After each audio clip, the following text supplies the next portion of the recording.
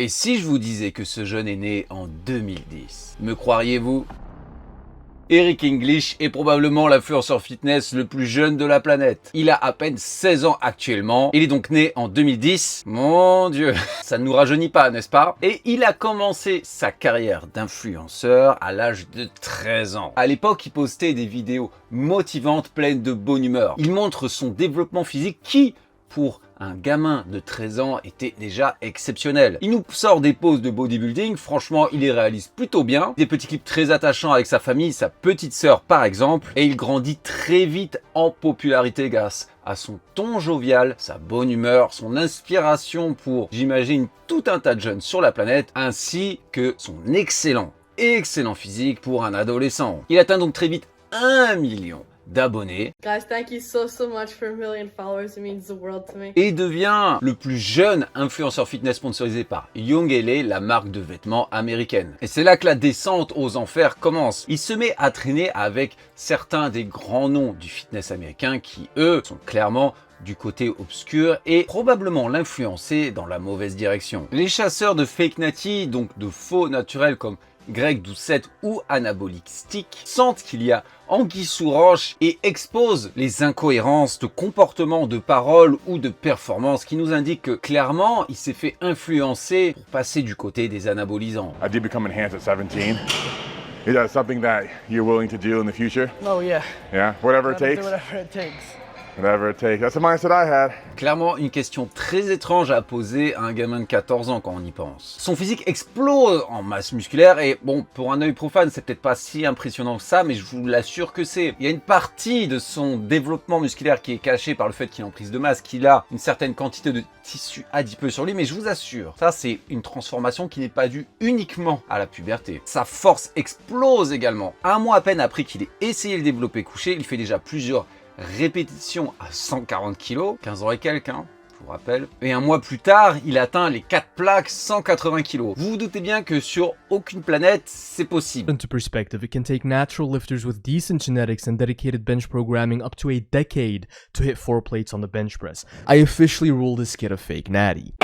Et maintenant, notre cher Eric a 16 ans et a enfin décidé de quitter le permabulk, de perdre du gras pour révéler son physique. On le voit poser avec d'autres influenceurs tout aussi jeunes que lui et tout aussi dopé malheureusement. Regardez, moi ça, pas la peine d'avoir gardé tous mes natty hors notes du Corona Gym pour se douter qu'il y a anguille sous roche. Clairement, la prochaine fois qu'il fera une vidéo avec Larry Wheels, il sera encore plus grand et encore plus musclé que ce dernier, alors qu'il aura même pas 17 ans. Regardez, je vous ai fait un petit montage à la comparaison de la première vidéo avec Larry Wheels et à quoi il ressemble maintenant. Regardez ce que ça pourrait donner. Je veux dire, après tout, il se prétend lui-même être la personne de 16 ans la plus musclée, la plus énorme au monde. Donc il n'y a même pas le naturel de 16 ans comme certains peuvent mettre ou comme il aurait pu mettre avant. Non, non, non. Là, c'est la personne. Donc soit il sait que c'est pas possible, peut-être qu'il se doute qu'on le croira même pas.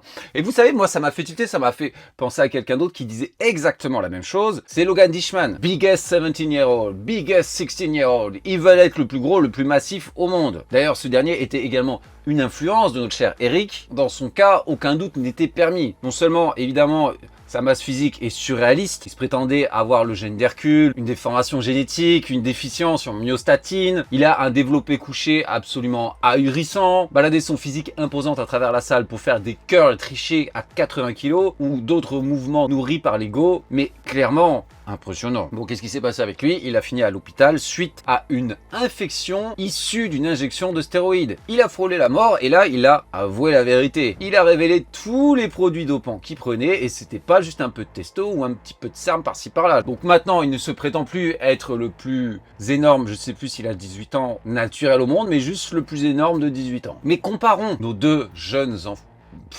J'allais dire enfants, c'est des jeunes hommes, mais bon, c'est encore des enfants en vrai. Hein. Au physique et à la force impressionnante avec un autre, Bubba Pritchett. C'est l'adolescent de 15 ans le plus fort au monde. Point. Là, c'est du jamais vu. L'adolescent mesure déjà 1,93 m et pèse 130 kg. Et il y a 4 ans déjà, à peine à 11 ans, c'était un phénomène de foire. Log press à 60 kg. Alors déjà, faire un développé militaire à 60 à 11 ans, c'est irréel. Moi, je peux vous le dire, à la salle de sport, il n'y en a déjà pas beaucoup qui le font. Mais au log press, qui est infiniment plus dur, c'est un autre acabit. Et maintenant, on peut le voir réaliser des prouesses de force héroïques à 15 ans. Pousser un camion de pompier de 30 tonnes, soulever au-dessus de sa tête 140 130 kg. Un soulevé de terre à 285 kg. Il a moins de la moitié de mon âge et il est déjà bien plus fort.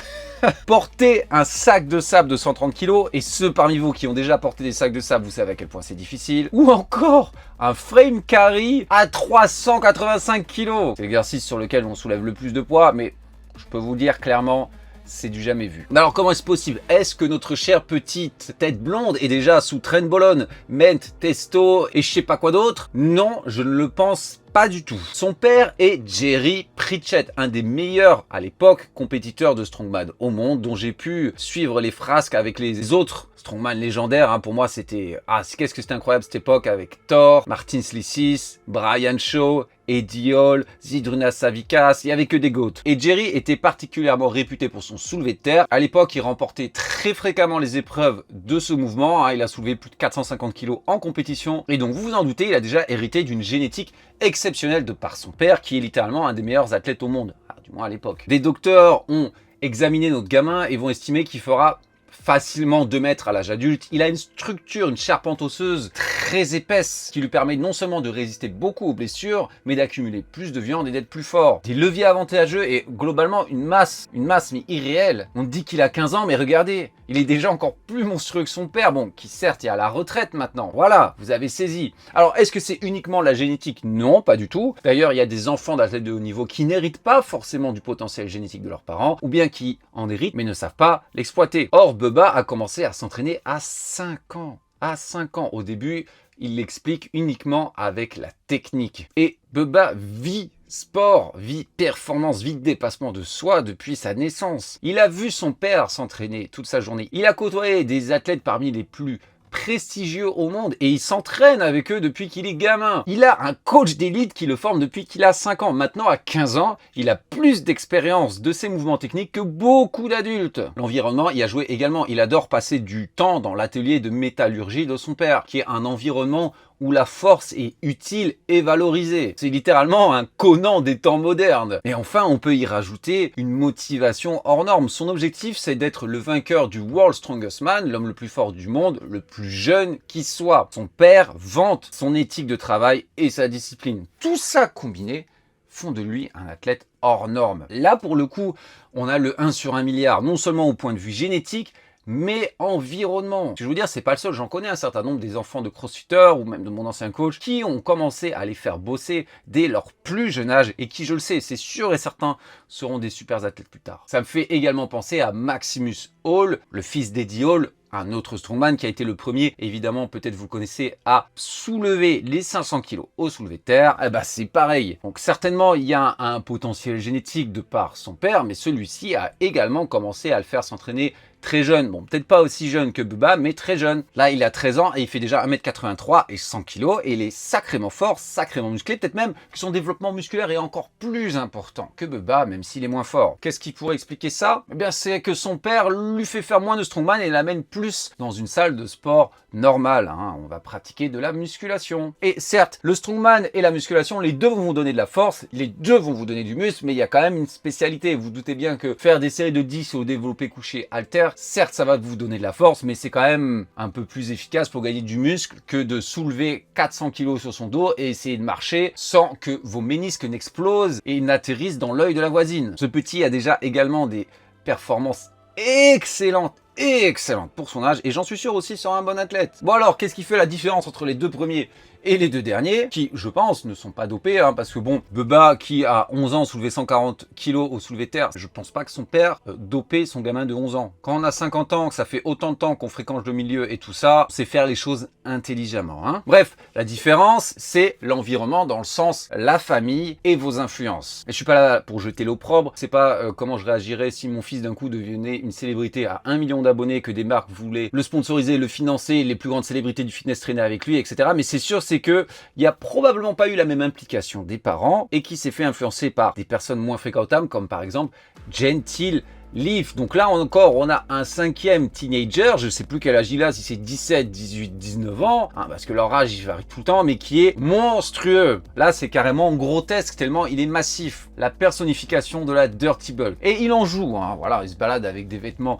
immenses, prendre toute la place dans la porte. C'est l'archétype du méchant, du vilain, mais également très fort. Là, le doute n'est pas permis, vous en doutez bien que ce soit tant par sa masse, excusez-moi, même s'il y a du gras, vous imaginez pas la quantité de masse musculaire qu'il a là-dessous et ses performances. Mais ça, il le sait très bien, hein, son compte est un peu ironique, c'est du rage bait, comme on dit, n'est-ce pas? Il sait que personne ne le prend au sérieux, personne ne croit qu'il est naturel, mais quand il le clame ou qu'il fait des vidéos comme ça va créer beaucoup de commentaires et d'engagement, et donc de l'argent finalement. Cette personne-là a pris sous son aile Eric. Il lui a appris comment faire une prise de masse, sous-entendu un bon cycle de stéroïdes, a fait tout un tas de vidéos avec lui et en vrai l'a emmené dans son univers. On est passé du gamin tout mignon, tout doux qui faisait les cheveux de sa petite sœur à la pseudo-brute qui t'attrape dans le couloir pour essayer de te défoncer alors que bon, t'as 16 ans quoi. Ok, tu vas enfermer un geek dans un casier, c'est cool. Et évidemment, on sait pas ce qui s'est passé vraiment, mais j'ai envie de dire, c'est pas une coïncidence que son contenu ait évolué dans ce sens, que sa masse global et évolué dans ce sens, alors qu'il tradait avec cet individu. Moralité pour vous et pour vos enfants plus tard. Parce que le pire dans tout ça, le plus tragique, je vais vous le dire, c'est qu'Eric n'avait absolument pas besoin de passer du côté obscur.